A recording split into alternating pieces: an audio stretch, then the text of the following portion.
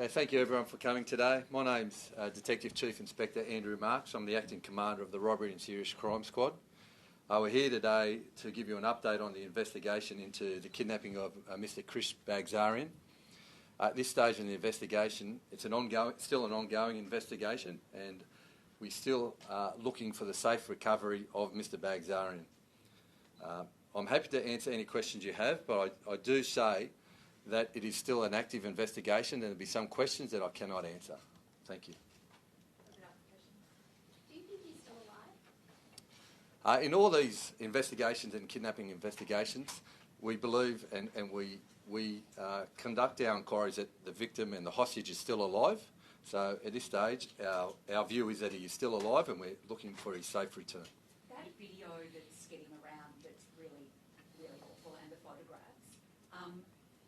if it's a case of mistaken identity, which you say it is, why do you think that his captors then haven't released him? They've heard your appeals, you know, it's been in the media well and truly. Why do you think that they wouldn't have returned him? I'm aware of the videos and photos that have been circulating. Look, that's not ideal in our investigations. Can I answer why they haven't released him? I can't answer on their behalf. I don't know why they have not released him, other than to say that we've put the appeal out to say they have the wrong man. What I can say is that to those that are responsible, please release Mr. Baghsarian. Let us know where he is. We're looking to get him the assistance and the medical assistance and treatment that he requires, and we'll do the rest. Let us know where he is. Please put him somewhere safe. Contact somebody. It doesn't have to be the police, but just contact somebody to say where Mr. Baghsarian is, and we'll do the rest. We'll take care of him. Are there hostage negotiators currently working with police to prepare for some sort of ransom or freeing of him? At this stage, there's been no ransom delivered to the hostage's family, so there's no persons involved in that. Have you established who the intended victim was? In relation to that, that's one of the questions we cannot answer. We have an active investigation and we're looking at all types of lines of inquiry, and other than to say I can't answer that any further. How were you so sure on Saturday that when you did your first appeal that it was a case of mistaken identity? I mean, I gather it takes a while to go through people's backgrounds and family connections, etc. But how come you were able to come out so definitively?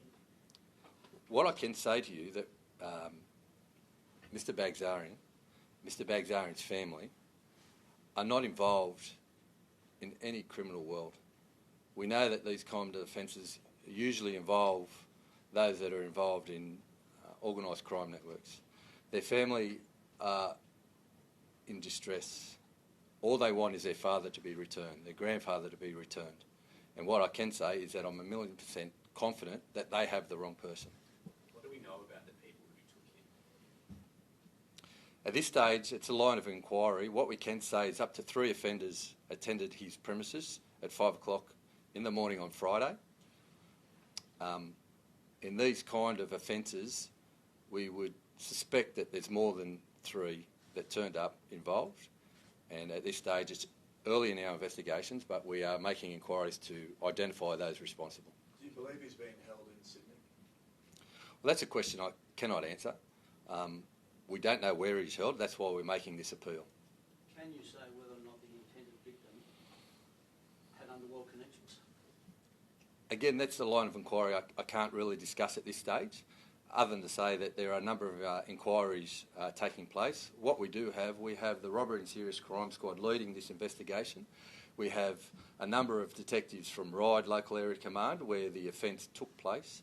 We have investigators from the Northwest region assisting. We have other detectives from State Crime Command assisting this investigation, and we are throwing every resource that we have at this kidnapping case so we can get the safe return of Mr. Baghsarian.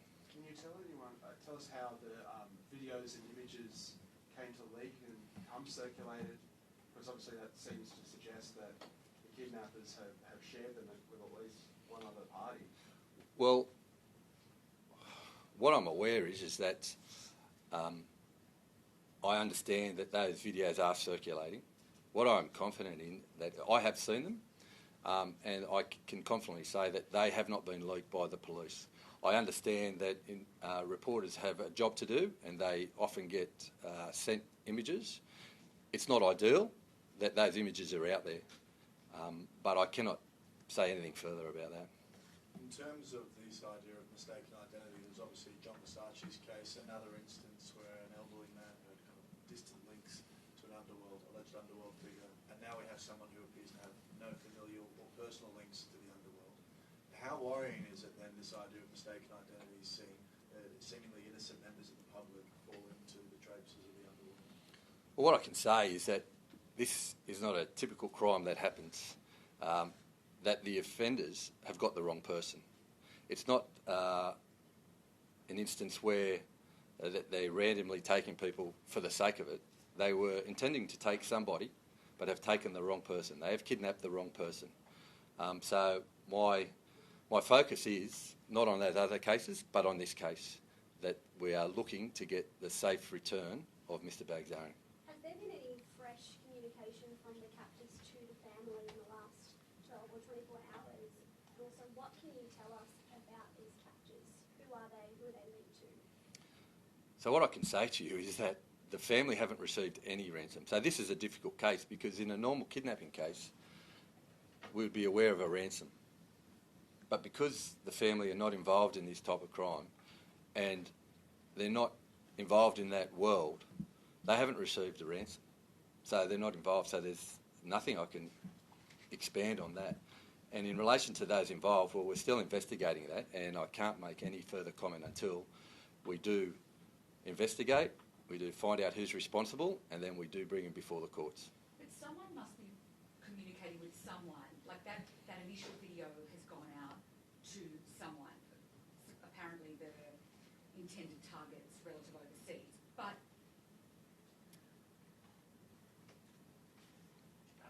so I understand. Communication there. I understand your Is it question. coming to I understand your coming to question. you guys as well? I understand your question, but what I can say to you is this. It's not something that I can discuss because it's an active investigation and we do not want to say anything or do anything that's going to bring any harm to Mr. Baghsarian. Our main focus is to have Mr. Baghsarian released. And as I said, I appeal, and this is a very strange appeal, but we appeal to those that are responsible to release Mr. Baghsarian somewhere safe. Take him somewhere safe and inform us or inform somebody that we can get to him and get him the medical treatment he needs. That's what I can say to you. And another thing I'd like to make an appeal about is that if you are in your daily travels that you have seen somebody in a house next door or a house up the road or a house across the road where there's not normal activity, there's not normal goings, coming and going from that premises, but you have seen people coming and going that don't normally or don't fit in that location. Perhaps you may have even seen Mr. Baghsarian and you don't know that you've seen him. He was wearing a flannelette shirt, a red and blue flannelette shirt. He was wearing a pair of grey pyjamas. 85 years old. I think you might notice that you may have seen somebody like that, or have you seen people coming and going from a neighbour's premises that is not normally occupied? Please let us know. It may not have anything to do with anything, but it may well do. And let us find out if that's the case and see if Mr. Baghsarian is there. Mr. Baghsarian requires daily medication. How critical is his condition and how many more days could he be held captive before his health seriously deteriorates? Well, as you know, he's 85 years old. He's on daily medication. I'm not going to go into the medication he's on, but every hour is very important. We need him returned now. Are there any other parts of his physical condition that you might have seen in the videos or heard reports of that you can confirm for us? Look, I can say I have seen the videos, as I said, confirmed before. Other than to say that they are distressing to see an 85-year-old man in that condition. So that's why the appeal is here today, to have any information we can to have Mr. Baghsarian released and into the proper care and treatment that he requires. Has there been any communication with the intended target or the intended target's family? Again, that's a question I cannot answer because it's an active investigation, and I'm not going to answer any questions in relation to that. Last question. There would be members of the public who are seeing this story. They might have family members who are vulnerable, perhaps living by themselves, and seeing a random man who has no affiliations with any type of crimes being taken from his home and hasn't been seen again. Do you have a message to the public about who may be concerned seeing this story about their own relatives? And you're concerned that the underworld has got it so incredibly wrong that they will get it wrong again?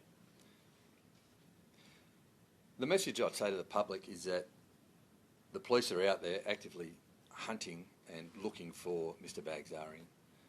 The fact that these offenders or these kidnappers have got it so wrong is concerning.